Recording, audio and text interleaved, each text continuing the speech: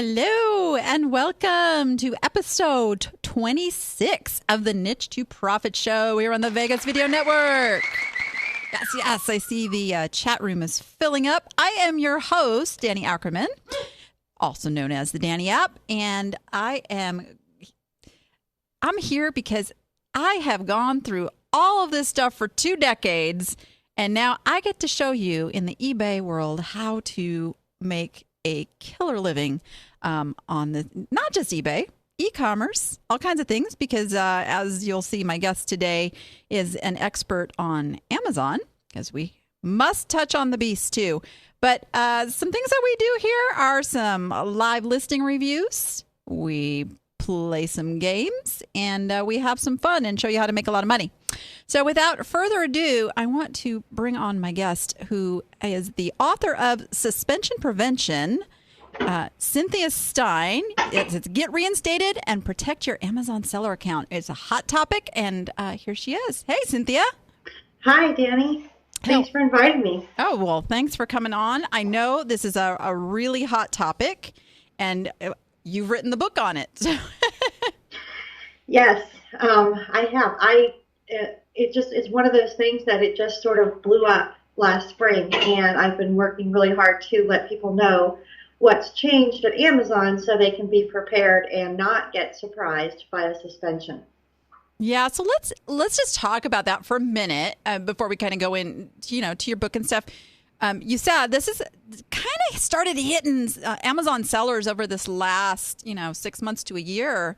They wake up one morning and their big old Amazon business is closed. Yes, and it's usually a big shock to my clients because many of them are very good sellers. They keep track of their performance metrics. They say to me, I don't understand. Everything is green. Everything says 100 in Seller Central. And, and here they are suspended for reasons that they weren't even really previously aware of, that they should have been paying attention to. And the reason for that is that I'm guessing, I can't tell you exactly when Amazon did it because they didn't tell me, but it was probably about March, or that's when we started to see the real uptick, by March, April. They changed the algorithm that they use for suspensions to skew towards product quality. Like, they really wanted to make some changes and fix some problems that they perceived with imperfect product on Amazon, right? And they were successful even beyond their own expectations, and all kinds of people were getting suspended to the degree that Amazon still has an enormous backlog that it's trying to get through of suspensions. So they were kind of overly successful, finding those product problems. Yeah, and it stands to reason that with the explosion of third-party sellers coming in, utilizing the fulfillment by Amazon and then doing merchant fulfilled, that they were going to start having some of those issues that we know eBay is pretty well known for. And they're all about the buyer experience. Man, that is, I'm an Amazon customer, and I got to commend them for taking action and making sure that the site stays really super clean, so that it is just an overall good experience. But there's some things definitely happening. So what are some of the key issues that algorithm you think is picking up that's causing these suspensions? Well, basically, it's going after people. I'll tell you the kind of seller that is most vulnerable. It's going after people who do retail arbitrage. It's going after people who do online arbitrage, who buy from liquidators and closeouts. It's going after people who have product quality problems because maybe they're private label and they're importing from China. So what they want is that when a customer opens a box and they look at the product, it's perfect and it's exactly what they ordered. It matches what's on the website and there's no surprises. They don't look at that and say, oh, I thought mine was blue. They want it to be perfect. So What happens though is that people who buy from some of those sources that I mentioned, their inventory, they often have inventory that's less than perfect, either because they're not paying attention. Speak about people who buy from liquidators who maybe don't look carefully enough to make sure that every single product is brand new and in perfect condition. Or, even if they're buying retail arbitrage, they may have bought uh, a toy or something, and maybe the corner of the box was a little bit, whatever, or they kind of said, oh, it's fine, they threw it in the basket along with the 20 others, and um, but it's not fine. So that's kind of what's happening. But even people who buy from wholesale sources and distributors, they can have similar issues if they're not paying attention to their inventory. Again, just depending on the product quality that they're getting from the manufacturer, or like I said, let's say they do private label, they may be sending inventory directly from China to an FBA warehouse, and it's not being inspected by someone trustworthy. And so all of a sudden they're getting all these returns, a defective product, cheap quality, complaint, complaint, complaint. Mm-hmm. So that's what Amazon's cracking down on. But it's sometimes really persnickety stuff. And, people are getting suspended because their product didn't quite match the listing. And sometimes they didn't, like sometimes when they sent it in, it matched the listing, but then another seller changed the listing, and all of a sudden it doesn't match anymore. Maybe they changed the picture or they changed the description, and my client missed it. I don't know about you, but I get lots of emails every day from Amazon, and I don't always open them up. A lot of them I just scan. Will those changes always come in one of those your ASIN changed, or can some of this stuff be done without you knowing it? Well, picture changes can happen without you knowing about it, which is really, really bad, because I've seen some truly heinous picture changes, and they never send you a notice for that. And so all of a sudden, I've seen it where the picture they replaced it with was not even in the ballpark of the same product. Yep. Sometimes sellers do that maliciously to take out their competition, for example. Oh. I have a whole chapter in my book on dirty seller tricks, which I caution people, do not take this as a how-to manual. But it does tell people, look, these are some of the tricks that people have figured out, and you need to be aware of them. So if you see it in your account, you can address it, and realize that, sometimes it is your competition. But I will say 96%, a large number of my clients, they're suspended because of stuff that they did, right? And like I said, a lot of it was unintentional. They didn't know that Amazon was judging them on this stuff. Amazon has not given anyone metrics. Just, they have tons of performance metrics, and they have a dashboard, and you can look at it. They do not have any metrics for product quality. And so that's part of what I put in my book is I said, these are the new metrics, right? This is what Amazon is judging you on. They don't tell you this, but this is what you need to be looking at every single week to make sure that you don't get suspended. And so that's why my book is suspension prevention as opposed to, reinstatement. Right, right. Although you do help people with that, it's much, much better to prevent it from happening in the first place. So I have a question for you because I do retail arbitrage. Mm-hmm. So what is the best way? You've got, hundreds, if not thousands of listings. How do you keep track to make sure that those listings are staying accurate and avoid these problems? Well, that's really tough. I'm like you, I have thousands of listings, right? And one of the ways, of course, is keeping track of your ASIN changes. So when you get that email, what I do when I get my emails, I automatically protest it or I disagree. And then what it does, so the email, it takes me to a page on Amazon where I can see the changes in more details. And so when that happens, I can decide then when I really see the change if like, oh yeah, that's fine, or that's a problem. What I mostly see with all the ASIN changes is people fooling around with the The weights of weights. products. Yes. Yes. And as 100% FBA, it doesn't bother me as much. Sometimes I'll protest it, sometimes I won't.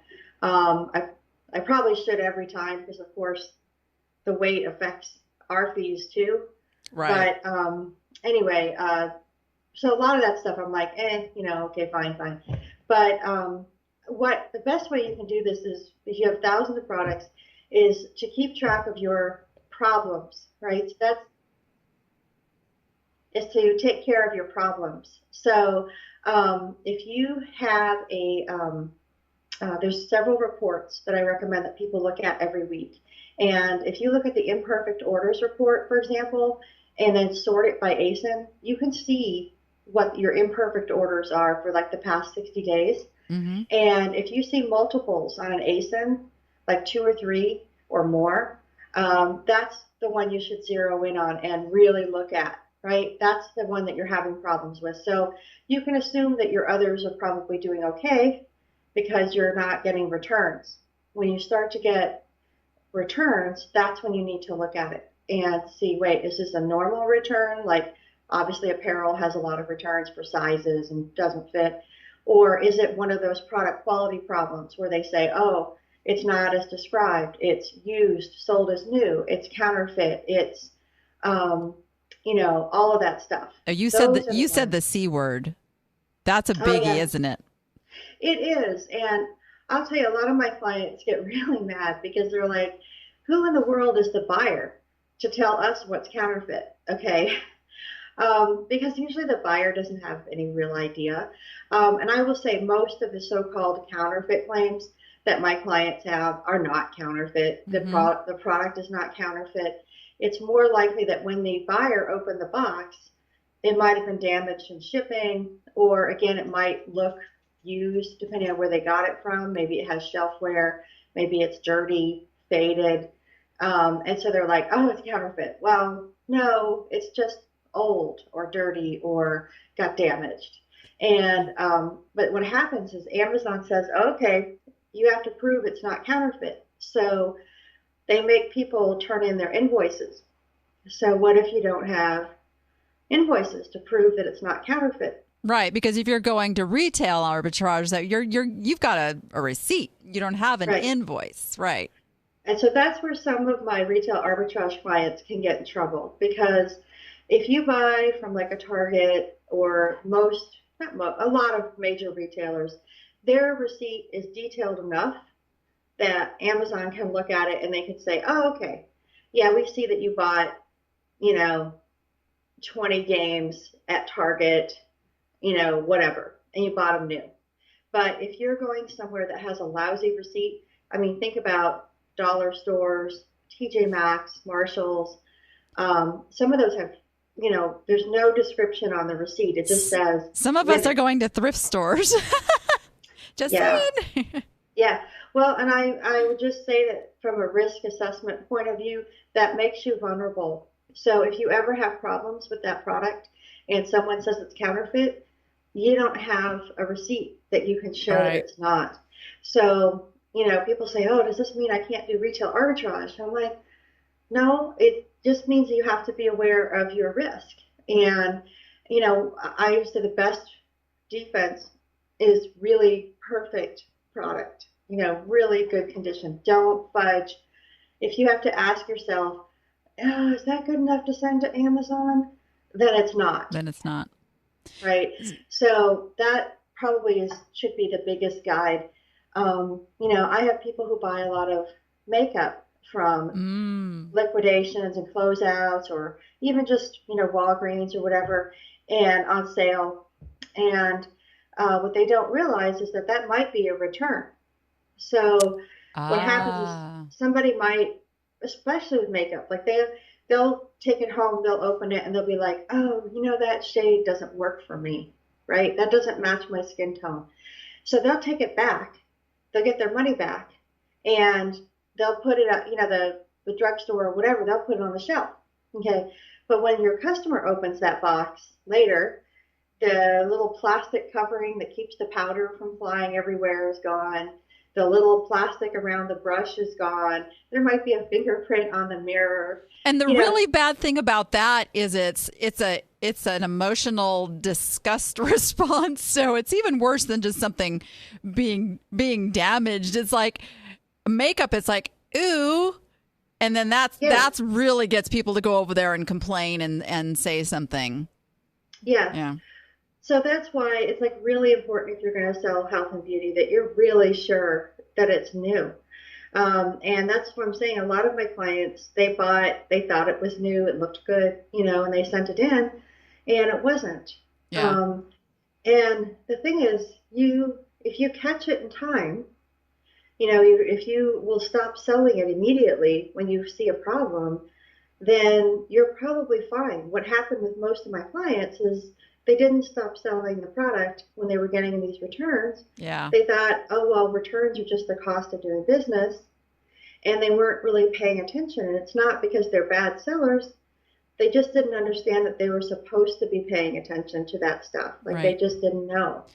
Cynthia, would you say that, so let's say, because a lot of the eBay sellers that also do FBA are sending in like one-ofs, they found one item here, one item there. So would you say they're a little bit safer in that they don't have a multiple quantity of that item that could have a problem? Yes, they're certainly safer for most of the claims because they're not going to have problem after problem on an ASIN. Right. So because they're shallow rather than deep. But again, I would just caution people who buy things, like you said, from thrift stores or places where the receipt is not detailed, where it doesn't have the full name of the product, that, again, if somebody thinks it's counterfeit, you could have a real problem because you only need one counterfeit claim. Yeah, they take that really, and they take that seriously on eBay too. I mean, that is because ultimately the big corporation is the one that, legal hears counterfeit and lawsuit. So they want to drop that as quick as they can. Right. So that is definitely the one that you don't want. Another issue besides the quality of product, I know that is a big issue on eBay as well, is canceling transactions. Yes, that's really big. Yeah. And a lot of people, they think they're doing their customer a favor. Their customer will say, oh, I changed my mind. Can you cancel the order? And if you're merchant fulfilling, you may think, oh, sure, I can do that. We haven't sent it out yet. But the fact is, so they try to help out their buyer, and then they get dinged for a cancellation. Yes. I had that happen. That absolutely happened to me, and I went back and forth with the Amazon support, and they're saying, well, your customer should have gone and done it this way, and then and I kind of told him, I said, this really needs to be looked at because you're asking us to have the customer go jump through some hoops that isn't a good buyer experience, but it is what it is for now. So got to be really careful with that. Well, that's right. And the thing is, the buyer only has like a couple of hours, to do that on Amazon. And then the ability to cancel their order is taken away from them. So you could even say, go over here and cancel your own order. They could go over there and that ability is already gone. And so what I tell my clients, and they're like, you've got to be kidding me, is I tell them, ship the product. Tell the customer that it's already shipped. Really? Yes, and that they can refuse it. In other words, when it comes to their door, they can refuse it, or they can write, just so they don't open it, they can write return to sender. It'll go back, and nobody will be charged, right? And that's the right way to do it. And now, if you cancel one order a few times a year, that's not a big deal. But my clients were doing it a lot. Yeah. And I'm like, you can't do it anymore. You can't. You just have to say, I'm sorry, it's already shipped. And then just tell them how to, reject it and send it back. That's how significantly it can impact you. And I'll tell you why they care about canceled orders. They care about them because they also target dropshippers with their product quality issues. So they don't really like drop shipping because what happens is you don't control the product. Right. You're not doing the shipping. And so if the customer opens the box and they don't get what they think they're going to get, or they get it late, or it's damaged in shipping, I mean, you have no control over it. And they can have a bad customer experience. And, again, you don't, you can't control it. So I always tell people who drop ship, if at all possible, to consider purchasing product and sending it FBA instead. Yeah. I those who follow me, I am not a fan of drop shippers. It is very hard to find a drop shipper with your same standards. Yes. And it's not their account on the line, it's yours. So their whole thing is to just, sell product. So you have to be so careful with drop shippers. Yes. I have a couple of clients who I would say do it right, but even they got suspended. And Wow. and when we got them reinstated, we had to, there were several of their partners they had to jettison, and because they just couldn't produce consistently. But yeah, I think it's a risky model on Amazon, and I get frustrated when I see all those courses and stuff, and they're like, drop shipping, it's the greatest thing ever, and Right. everybody should do it, and you don't have to buy inventory and all this stuff. And it's like, well, yeah, it's great until you're suspended. And that's the thing. They basically, for two of my clients, they had to say they would never drop ship again in order to get back on the platform. Yeah. Yeah, I hear that a lot. So, Yeah. So Cynthia, I mean, this is a topic that could just go on, for hours, but Yeah. what is the most important thing sellers can do today, right now, to protect themselves that you can leave us with?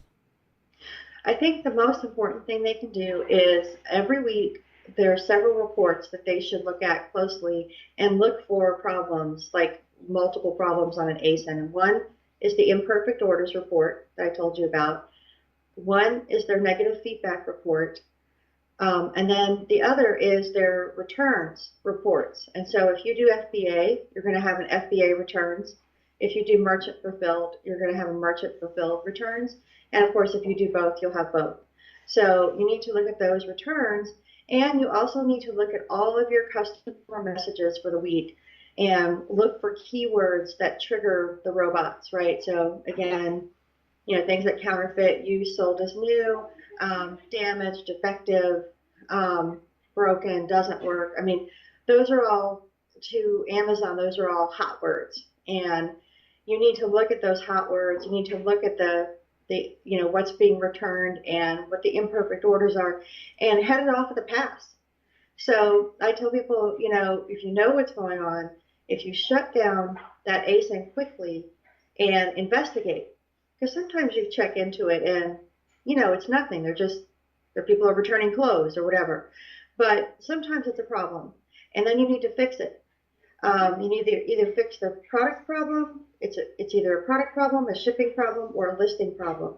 So you need to fix it, and then you can turn back on the listing and sell it again once you fix the problem. And if you can do that proactively, then you'll be fine, because Amazon won't be able to come after you, because your account will be clean.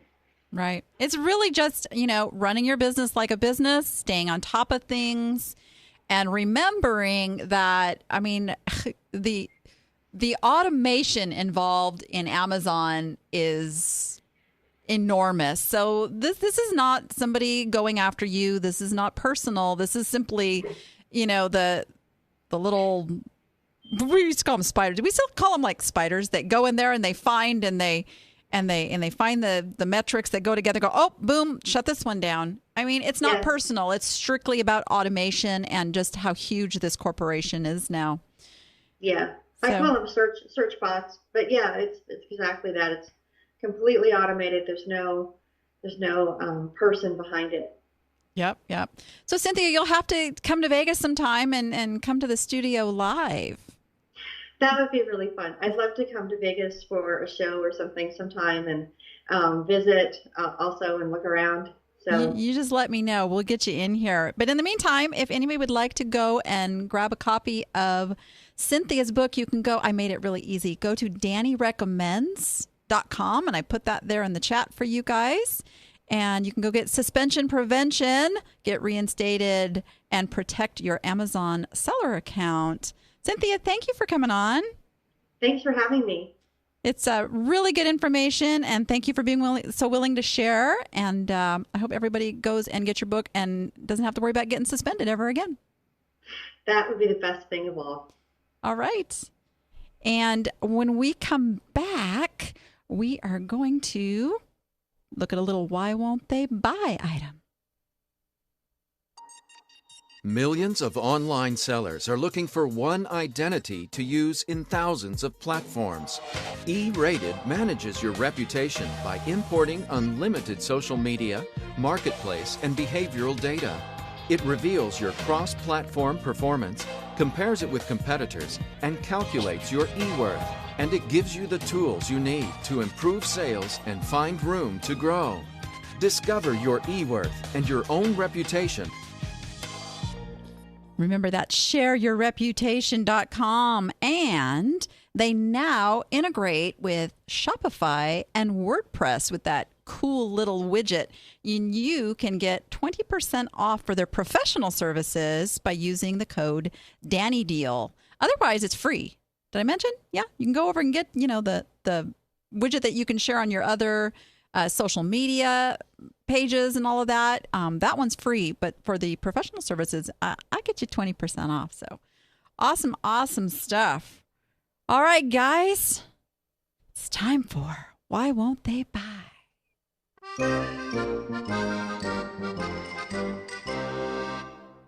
We have an item today from Kay Snyder. Kay, did you make it to the chat? I didn't see you over there.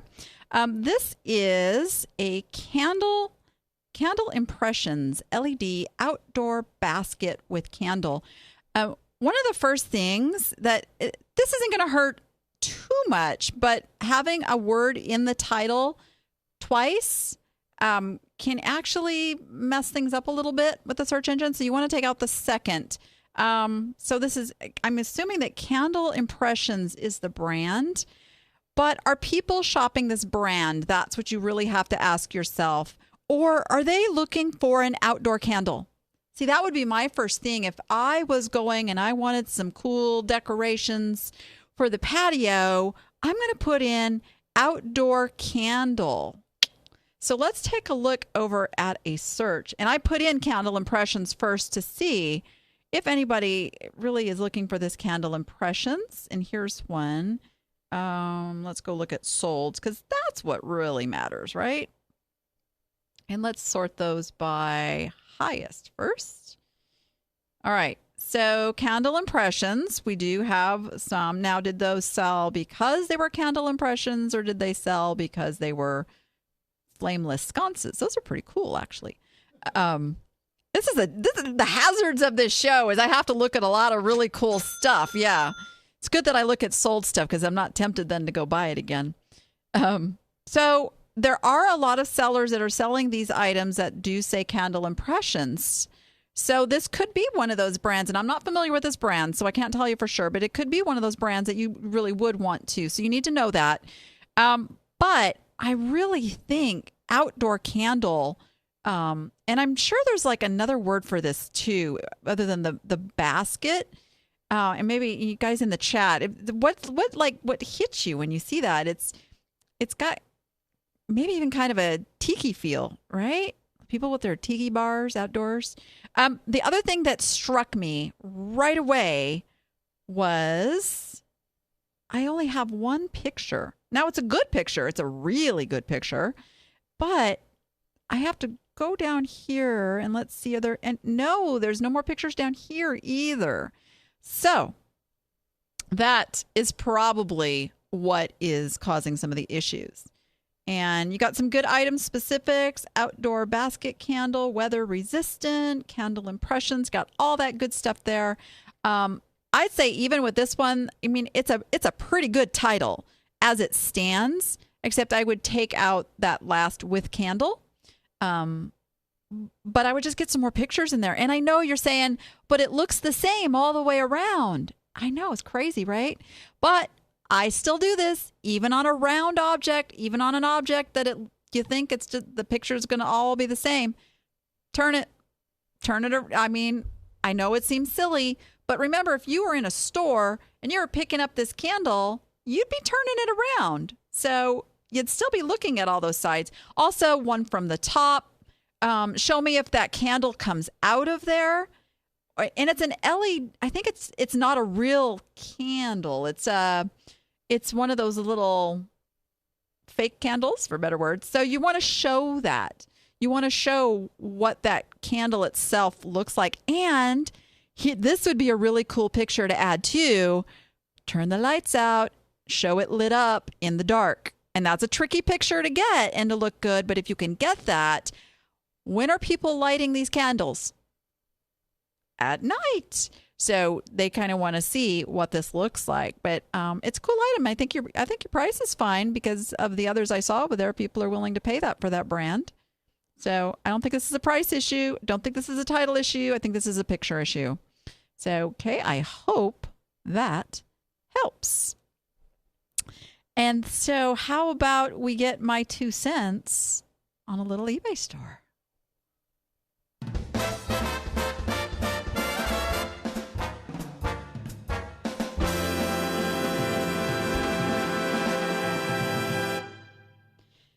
Makes me want to break out my trumpet.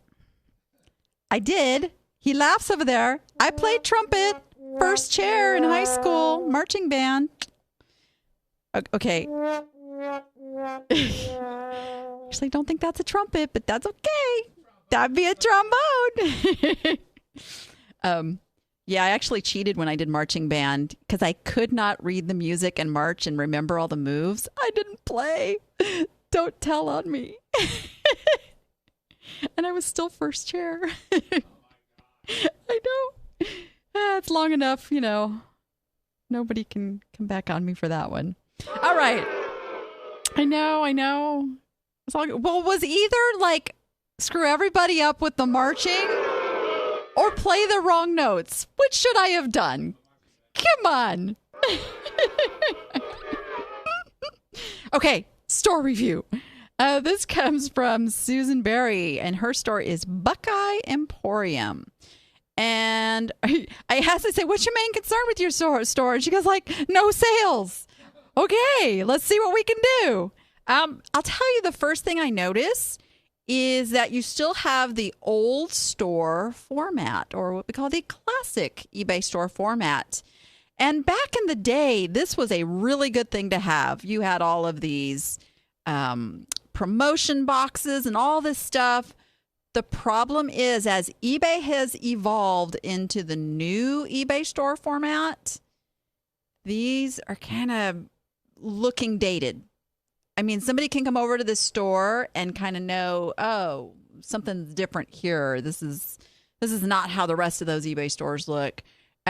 So it is starting to become one of those things where people are not as attracted to go shopping and browsing when you send them to your store. So that is something I would really look at. Is she says she had the new one. Hi, Susan. She's in the chat. Had the new one and reverted back. And so, Susan, why did you revert back? Tell me why you reverted back. Because the new version is so visual. I mean, and that is how people shop now. They are visual creatures, and you can grab them with that header and that really just popping graphics message kind of a look.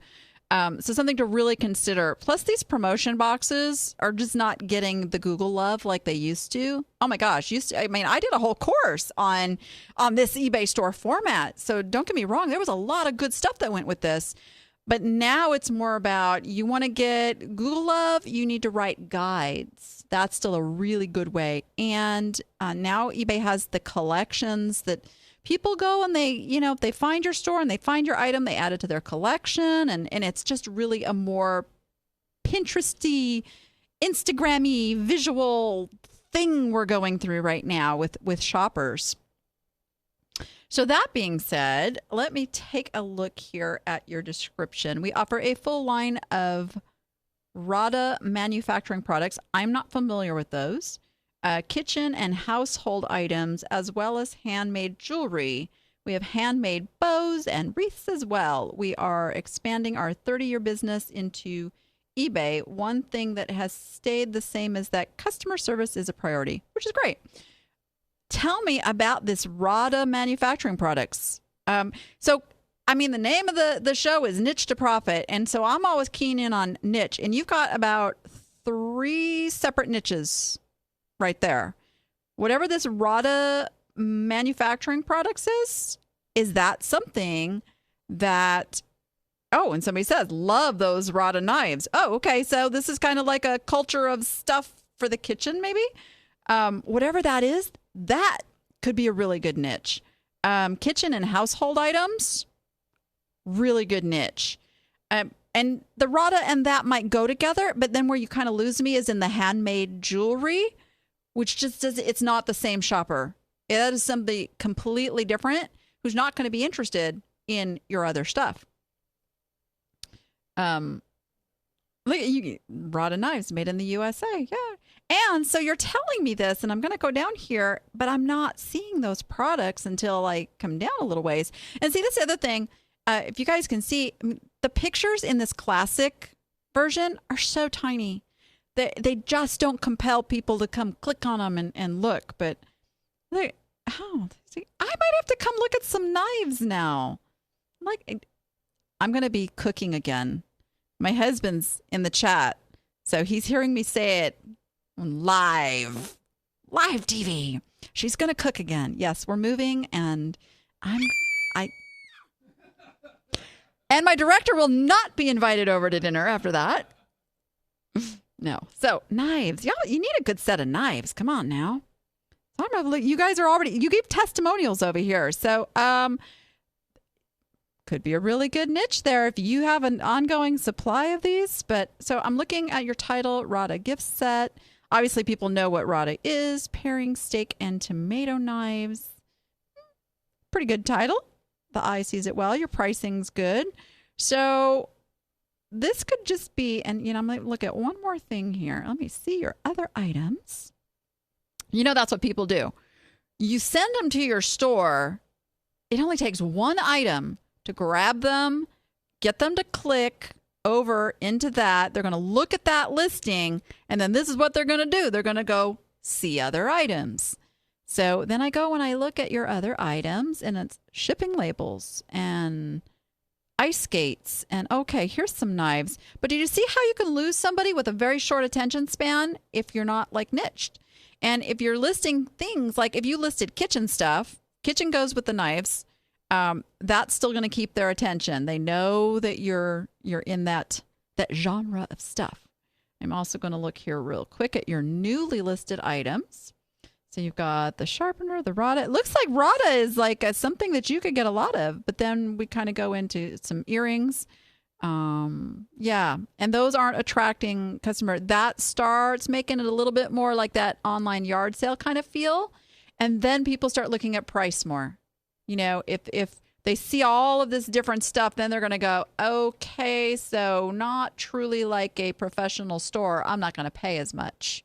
This is the psychology goes on in people's mind. Whereas if they come in here and see that you are an expert on these Rada knives and kitchen stuff, they're going to break out the wallet. They trust you. They're going to go, yes, this is what I want. They're going to find a couple of things, that kind of thing.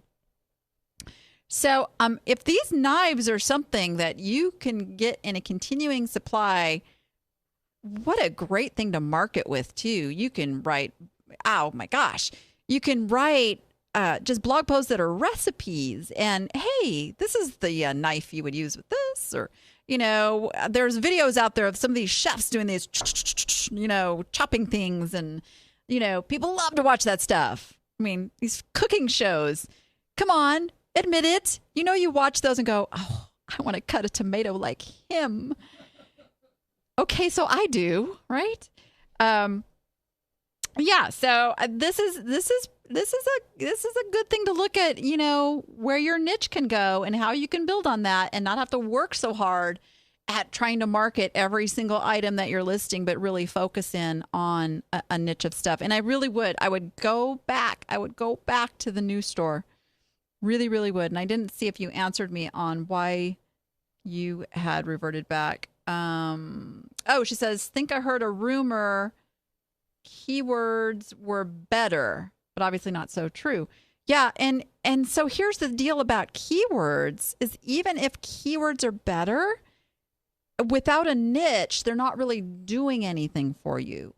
Because if you get the rod and knife person over and they're not hit with a store full of rod and knives right off the bat, you're going to lose their interest. But if you do your marketing outside, and this is my thing, guys, I don't trust that putting any keywords into the actual eBay store format is doing you any good. And what I'm talking about is those where you go into the meta keywords and all that, where you get to kind of fine tune what you say there. There's so much gobbledygook going on in eBay's HTML stuff, and not to mention their little battle with Google and even coming up. I mean, you can't count on that. I don't want you to count on that. I want you to get a niche so that you can send people to your very professional looking store where you're the expert on rod and knives and kitchen stuff. That really is the key now to overcome anything that's going on with eBay and Google and keywords and all that and trying to make that work. You can absolutely do this yourself. And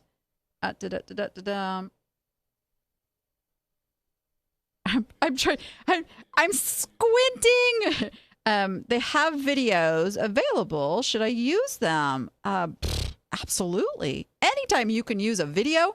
Now, you may need to get permission. I don't know what the structure of that company is. But yeah, use video. Video is. What do you think over there, Scott? Is video important? Yes. Yeah, video is where it's all at because it is such a. We have no attention span anymore, and you got to grab people's attention now. Pictures. Everybody's using pictures. Video. Now you got a video. Now you're different than everybody else selling those rod and knives. So, and you can absolutely point people to those videos in blog posts and on Facebook and all that good stuff, and find those people that are interested in that. But anything to do with cooking, that's virtually recession proof. Everybody's going to keep cooking. And it's like shoes, women are going to keep buying shoes. So it's a really great niche. Knives, knives, knives. Love it. You can talk about, when the new Hell's Kitchen premiere starts and all that good stuff. So, yes, I watched that one. Okay. Hey, my husband watches that one too. All right. All right. How about some hot sales?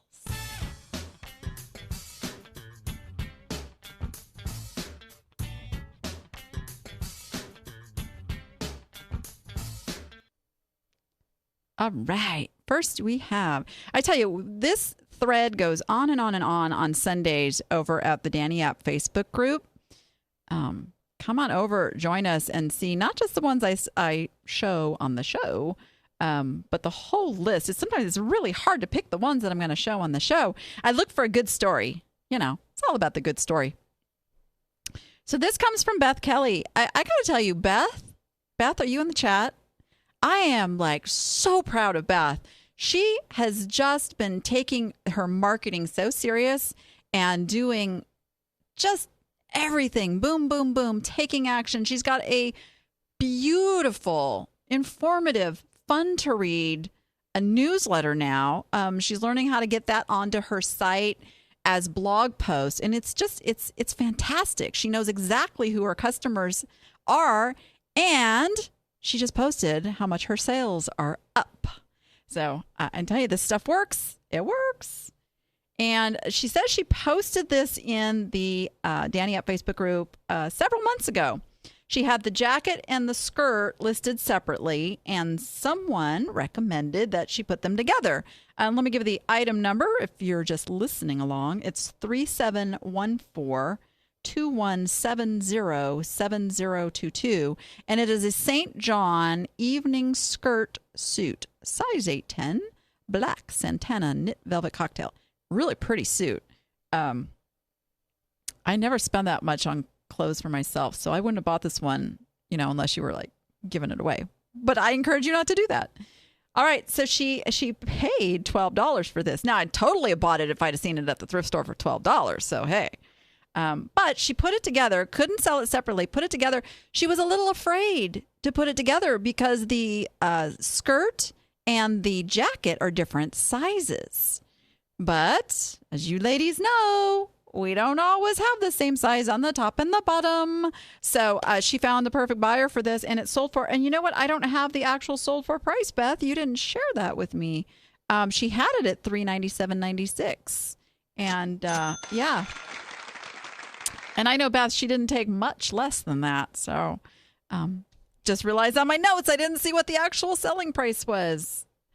But really pretty. And Beth, those pictures are phenomenal. This is how you guys want to do your pictures if you are selling clothing. They're just beautiful. Beautiful. And that is what sold this item. I am telling you, she showed the detail, all the angles, but really just seeing what that suit was going to look like on quality, quality, quality. And that's why she got her price. All right. Next, we have from Joanne Rath. Joanne, are you in our chat today? She has this, let's see. Let's pull up the original listing on this. I'll give you the item number while that's coming up. It's 1618-4802-3633. This is a Fraidy cat animated black alley meow. Somebody's watching me. It doesn't, okay, it says cat. Okay. I don't know why I was thinking I didn't see cat in there. Wow. Look at the price she got for this. This is awesome. So she bought this cat from a local Facebook yard sale site. Oh, I scour those. I love those. And she sold it last night for her. She paid a whopping $5. And she sold it for $104.95. People are crazy about their Halloween decorations. I was actually doing a little retail arbitrage at a Walgreens because they have tons of Halloween decorations out. And they were already running sales like 2 weeks ago, which was a little crazy to me. But I thought, okay. They had like a buy one, get one half off. So you do a little math. Go, oh, that makes it this much. Okay. And there was stuff that you could triple your money on it at some really good prices. So I was doing that shopping. And people will wait till the last minute to get this stuff. So Halloween shopping is not over yet, you guys. There are still people who have not gotten costumes for their children. Yeah. I know I got that Amazon Prime 2-day shipping thing going. So yeah. But I know I'm not alone. People are still going to be going to the last minute getting this Halloween stuff. And you can see people will pay crazy prices. So awesome. I have to assume it says somebody's watching me. I'm wondering, does it play that song? Because that's a good song. Feel like somebody's watching me. Yeah. Okay. See, now I want this cat. Good job. Good job, Joanne. All right. We have one more. Oh, we have one more. This is a good one. Robert, are you in the chat today? You have the greatest story behind this item. Okay, you're looking at this going, how in the world could this be a hot sale? Okay, no, let me tell you the story behind what was the hot sale. Now, I'll show you the item here in a second. The hot sale is actually just one piece of this boat, but you gotta love this story. I know Matt knows this story. Matt actually pulled this out of him. Matt's in the chat, and I was like, thank you, Matt, for pulling that story out of him. It's a great story. So he found this, he called it a derelict boat this summer. He found it in a small lagoon on a river in a mudflat. He was kayaking and didn't think much of it when he passed by it at low tide. On the way back at high tide, He paddled up to the boat, which was partially submerged, and the very first thing he saw was the ship's bell. It was laying in the mud in shallow water, and everything in and on that wreck had a mud film on it, so it looked worthless. He researched it on Google Earth and could see the boat, discovered he could park nearby and walk to the boat at low tide. While there, a guy motored up in a Zodiac and told him it was a Chris craft and what he should salvage from it. And so he mentioned the Morse Controls heat exchanger, the transmission. And he scrapped the heat exchanger for $82 and $60 for the wire and aluminum. He scrapped the propeller because it was too corroded to save. And still for sale is the bow rail, the propeller shaft and log, rudder shaft, bracket. I don't even know what all this stuff is. Steering wheel, gearbox. And he followed the chain up into the blackberries and found the Danforth anchor. You gotta love this. So here's the transmission that he sold for $300. $300. Very, very creative. You know, you find an old abandoned clunker or something and nobody's claiming it. Why not? Why not? If you know how to do that stuff and that's your niche, go for it. Matt would totally be all over that, wouldn't you, Matt? I just thought that was just like, that was the best story. So awesome. Awesome job, Robert.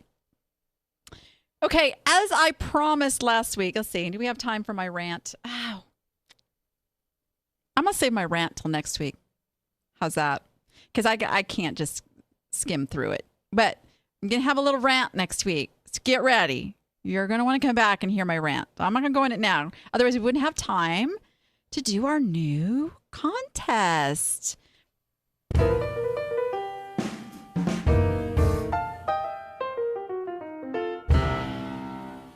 We're going to start playing a little game each week called Picket or Pass It. And I thought, I got all this information about things and you guys want to learn it. And what better than to make you do a little research and a little homework, right? And you get to win some prizes on top of that. So this is how it's going to work. I am going to show you an item in its natural habitat, its natural setting, the thrift shop. Okay. You need to decide first, did I pick it or did I pass it? And that's going to be worth one entry into a drawing that we're going to do live on the air. I'm going to draw names from a hat, right? So now you have a second chance to get in on that drawing as well. Or, in fact, get 2 entries. And that is with the clues that I will provide for the item. You can actually tell me what the item is. And you have to give me a little bit more than just, oh, it's a mug. No, you have to be able to tell me who done it, who made it, what the brand or the pattern is, something like that. And I'm going to give you some good clues to go with. So this way, you do a little research. You find out what this particular item is selling for, which is going to help you with the first part of the question, right? And then we're going to pick some winners. We're going to pick a winner each week. And so the way that you're going to enter this is you're going to send an email to niche2profit@vegasvideonetwork.com. You see it right there. Should be on the screen. And give us your answer. All right? And we're going to pick the winners from that. Okay. This is the item of the week. And if you're in the chat, don't give it away unless you want to create your own competition. I'm just saying, because I'm sure a lot of you will recognize this little creature. Let me give you the clues. So the first clue is, it's not lipstick, but you could wear this color on your lips and get it from the company who sold this pattern. All right. Clue number 2.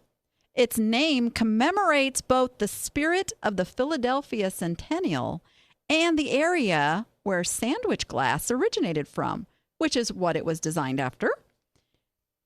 Clue number 3. It was discontinued in 1993. And I'll give you one bonus clue here.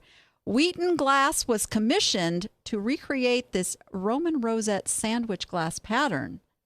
There are your clues. Now, to decide whether I picked it or passed it, I will tell you it was priced at $9.99 for the entire set. So there was the 2, 4, 6, 8, 8 of those goblet thingies, and this is a candlestick over here. $9.99. Did I pick it or pass it? Send your answers to niche2profit at vegasvideonetwork.com and you could win. I haven't decided what you're winning yet, but it's going to be something good. I will share that with you next week. I know you have to trust me on that one. So we're going to do this every week, guys. I'm going to have a different item for you every week, and we're going to play this fun little game.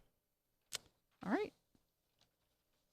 And no, whether or not I listed it or not, whether or not I picked it or not, it will not be listed until after the contest. There. Oh, you think that was a clue, do you? No, so no fair. You can't just go over to my site and see if it's listed. I'm not come on to you guys. I'm not going to let that happen. All right.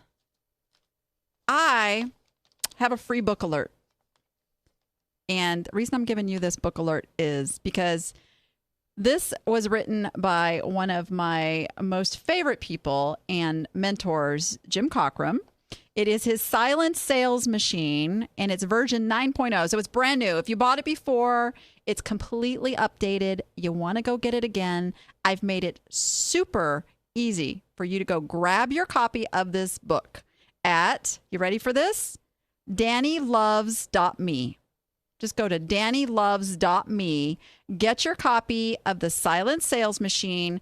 It is all about building multiple streams of income. So Jim is the master at that, and I am trying to get him on the show here too. So to tell you more about that, but somebody would type that over in the chat for everybody. I would be ever so appreciative because I will fumble it, me and my little quick fingers over here. So go grab your free. It's only going to be free for a few days. So it's not like this is not a forever thing. If you're listening on the recording, you can still go get it if you're listening within a few days of the show.